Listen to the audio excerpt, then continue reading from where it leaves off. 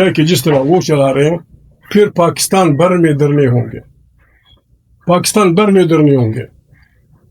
ہم جب کشمیر یہ معاملات ہوئے، ہم تحریک تحفظ آئین پاکستان ہم نے اپنے آپس میں مشورہ کیا، اپنی طرف سے ہم نے فیصلہ کیا تو 2 ہفتے پہلے کہ ہم یہ کشمیریوں کے پاس جانا چاہیے، کچھ ان جو گریوینسز ہیں ان کو سننا چاہیے کہ مسئلہ کیا ہے، کہ کشمیر جیسے لوگ جو چاقو چوریوں بندوقوں اور اس سے دور کے لوگ تھے، وہ اس حد تک کیوں مجبور ہوئے کہ ان پر گولیاں چلائی گئیں اور 18 سے زیادہ لوگ اپنی زندگی سے آبدو بیٹھے۔ اس دوران کشمیر کی مختلف تنظیمیں ہم سب کے پاس، ان کے پاس ادھر بیسک ہیومن رائٹس والے، ان کی کمیٹیوں والے شریف لوگ ہمارے پاس آئے، انہوں نے کہا بھائی مہربانی کریں آپ درمیان میں پڑھیں۔ اس درمیان میں 2 ہفتے پہلے ذمہ دار لوگوں نے محترم علامہ صاحب سے رابطہ کیا کہ آپ کشمیر کس لیے جا رہے ہیں، انہوں نے کچھ کہا ہوگا، پھر ہم نے انہیں کہا تھا کہ ہم اتنے گئے گزرے نہیں ہیں کہ خدا نخواستہ ہم اس پہ تیل ڈالیں گے اور اس کو مزید وہ کریں گے، بات آپ سے بگڑ گئی ہے، ہمیں جانے دیں، ہم جا کے پوچھیں گے، دیکھیں گے، آئیں گے، پھر بات ہوگی۔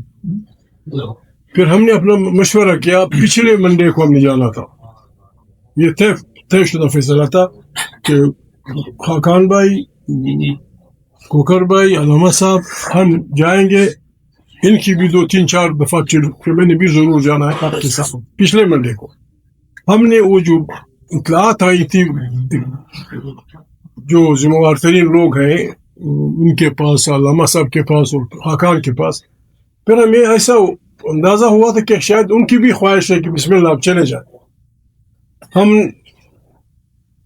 اسلام کو ماننے والے لوگ ہیں، انتہائی شریف لوگ ہیں، لیکن ایک فیصلہ ہم نے کیا ہے، اس پہ کوئی ناراض ہو تو اس کی مرضی، ہم نے سچ کہنا ہے ہر صورت میں، سچ نہیں کہیں گے تو کوئی مسئلہ حل نہیں ہوگا، یہ ہمارا گناہ ہے۔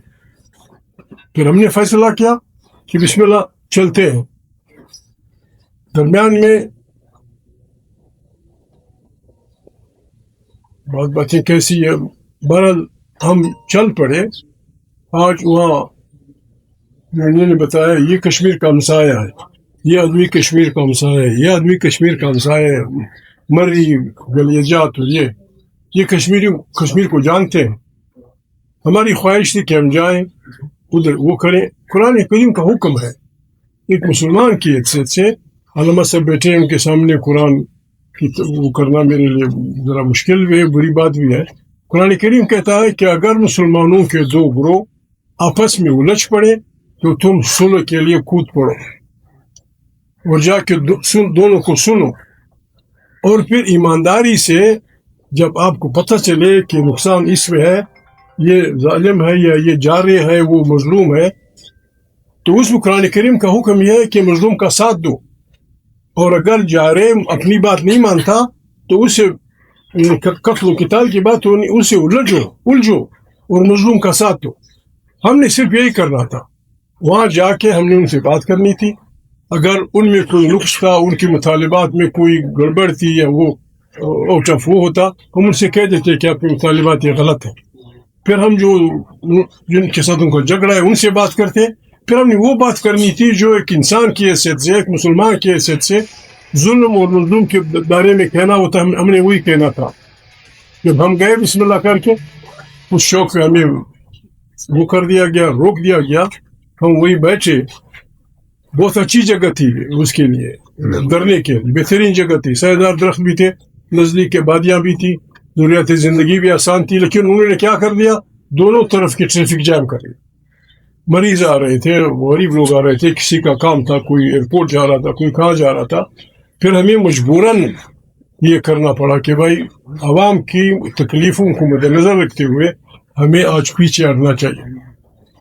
مرضی ان کی، حکمرانوں جو بھی حکمران ہیں ان سے، اگر ان کی یہ خواہش ہے کہ جس طرح وہ چلا رہے ہیں پھر پاکستان بھر میں دھرنے ہوں گے، پاکستان بھر میں دھرنے ہوں گے، تمام خیبر پختونخوا میں ہوں گے، تمام بلوچستان میں ہوں گے، تمام سندھ میں ہوں گے، پھر کسی کو ان کا سنبھالنا مشکل ہو جائے گا۔ ہمیں مجبور نہ کریں، کہ ہم تمام پاکستانیوں ڈرنے شروع کریں. جب آپ عقل کی بات نہیں مانتے، دلیل کی بات نہیں مانتے، شعور کی بات نہیں مانتے، عوام کی اس کی بات نہیں مانتے، پھر ہمارے لیے کون سا راستہ؟ بسم اللہ آپ گولیاں چلائیں گے، کتنے لوگوں کو مارو؟ 18 آدمیوں کو آپ نے مار دیا. خدا کا میرے کشمیر جیسے سینسیٹیو علاقے 18 انسانوں کو آپ نے مار دیا. اب اگر اور مارو گے ٹھیک ہے، ایک اور جلیانوالہ باغ سے ایک اور جلیانوالہ باغ بنا دو. پھر پوچھو کہ ڈائر کا کیا بنا، پھر پوچھو کہ 100 سال بعد ملکہ وکٹوریہ جب آئی ہندوستان تو ہندوستان کی حکومت نے کہا کہ جلیانوالہ باغ پہ معافی مانگو. Elizabeth Victoria, thank you for correction. Elizabeth مجبوراً اس نے 100 سال پہلے جلیانوالہ باغ کے ظلم کے لیے معافی مانگی، پھر جا کے حکومت اس نے کیا.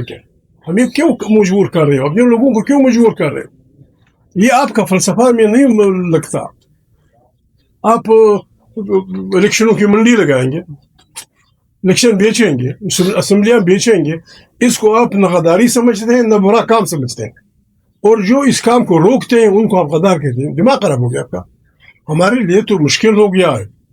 قرآن کریم کہتا ہے لعنت اللہ علی الکاذبین، جھوٹوں پہ خدا کی لعنت. اور اس ان حکمرانوں کا حکم یہ ہے کہ جھوٹ بولتے رہو، زندہ باد، نماز جمعہ بھی ادا کرتے رہو، نمازیں بھی پڑھتے رہو، جھوٹ بھی بولتے رہو. ہمارے لیے مشکل ہے، ہمارے لیے مشکل ہے. خدا تعالیٰ کی احکامات کی نام خلاف ورزی کر سکتے ہیں. ہم نے سچ کہنا ہے، ہم نے جھوٹ کا وہ بیانیہ رد کر دیں. یہ اگر ہمارے گناہ، بسم اللہ الرحمن الرحیم، ہم عمر کے اس حصے میں ہوں، یہ تو پھر بھی جوان ہے، یہ بھی جوان ہے. علامہ صاحب ہے، اگر آپ کو شوق ہے بھیج دو ہمیں جیل، مزہ آئے گا. وہاں آرام سے بیٹھیں گے، کتابیں پڑھیں گے، وہ کریں گے. ویسے بھی آپ نے شروع کر دیا. یہ جو کوٹ لکھپت کے 70 سالہ بوڑھوں کو آپ نے ہر ایک کو 280 سال جیل. خدا کو مانو یار، 280 years پر پرسن. ہوا کیا ہے؟ خدا کو مانو. جو لوگ اسمبلیاں بیچتے ہیں وہ پاکستان کے ہیروز ہیں. جو لوگ پیسے لے کے لوگوں سے وہ کرتے ہیں وہ آپ کے پاکستان کے ہیروز ہیں. اور جو پاکستان کو ایک جمہوری پاکستان، ایک اچھا پاکستان، آئین کے تابع پاکستان، جس میں طاقت کا سرچشمہ منتخب پارلیمنٹ ہو، قوموں کی زمینیں ان کے حوالے ہوں، ایک اچھا خوشگوار بہترین پاکستان بنے، اس کے آپ خلاف ہو گئے، پھر ہمارا آپ کا ساتھ ایک چلنا مشکل ہو جائے گا. میں تو یہ نہیں کہتا، یہ بڑی پارٹی کے لوگ ہیں. ایسے اسمبلی میں پھر کون بیچے گا؟ اگر آپ کی یہ خواہش ہے کہ ٹھیک ہے اسمبلیاں بند کر دو، تالا لگا دو، آپ مزے کریں، ہم چلے جائیں گے گھروں کو، پھر دیکھیں گے، پھر عوام تخت اچھالے گی. ایسے دنیا میں فیصلے ہوں گے کہ دنیا حیران ہو جائے گی. گاڈ بلیس یو، بڑی مہربانی. یہ بہت شکریہ. اب تک آپ بہت زیادہ احباب کے علم میں آ چکا ہوگا کہ جو آج ہمارے ساتھ واقعہ رونما ہوا، قائد حزب اختلاف قومی اسمبلی محمود خان اچکزئی صاحب، قائد حزب اختلاف سینٹ علامہ ناصر عباس صاحب، سابق وزیر اعظم شاہد خاقان عباسی صاحب رواں دواں تھے، اور پروگرام تھا ہمارا آزاد کشمیر جانے کا. راولہ کوٹ مظاہرین کے ساتھ ملنے کا. جوائنٹ ایکشن کمیٹی جو وہاں پر دھرنا دیے ہوئے ان سے ان کے شکوے اور شکایتیں سننے کا. اور ہماری نیت یہ تھی کہ بہت سے لوگوں نے بشمول حکومت نے جلتی پر تیل ڈالنے کا کام کیا، اور ہم وہاں پر جا کر گفت و شنید کے ذریعے، ڈائیلاگ کے ذریعے یہ کوشش کر سکیں کہ ان کی شکوے شکایتیں ہیں کیا اور حل تلاش کر سکیں. یہ ہماری خواہش تھی اور ہماری کوشش تھی. لیکن آج اسلام آباد پولیس نے سہالہ میں چکیاں کے مقام پر ناکے لگا کر، بختر بند گاڑیاں کھڑی کر کر، پولیس کی نفری بھیج کر، پریزن وینز منگا کر وہاں پر ہمیں روک لیا، اور آگے جانے سے ہمیں اس کی اجازت نہیں دی. ہم نے سوال کیا جو پولیس اہلکار ڈیوٹی پر موجود تھے کہ آپ کس قانون کے تحت ہمیں جانے سے روک سکتے ہیں. ان کے پاس کوئی جواب نہ تھا سوائے اس کے کہ اعلیٰ حکام نے کہا ہے کہ پاکستان کے قائد حزب اختلاف قومی اسمبلی اور سینٹ اور سابق وزیر اعظم شاہد خاقان عباسی صاحب کو وہاں پر جانے کی اجازت نہیں دیں گی، ان کو روکنا ہے۔ ہم وہیں پر بیٹھ گئے، وہاں پر کافی دیر ہم بیٹھے رہے اور میلوں لمبی قطاریں لگ گئی وہاں پر۔ جو عام سفر کرنے والے لوگ تھے وہ بھی مشکل کا شکار ہو گئے،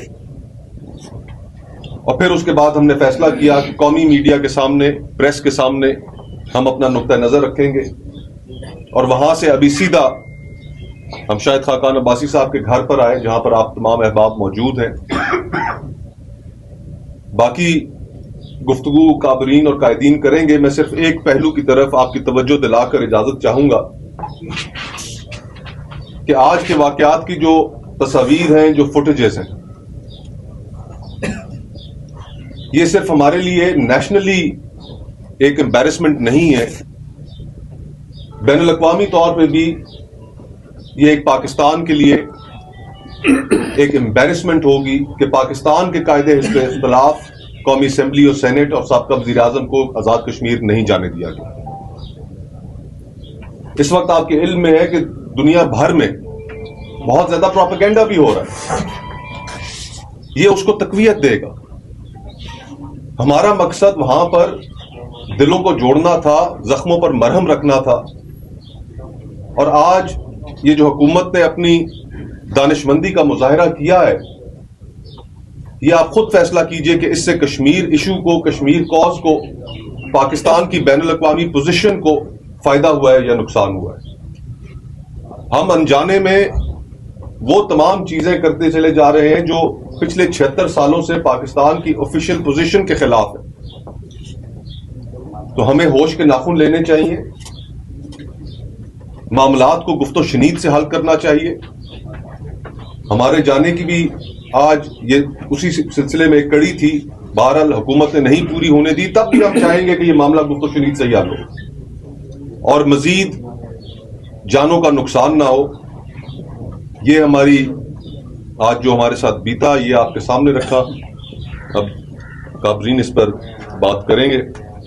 بسم اللہ الرحمن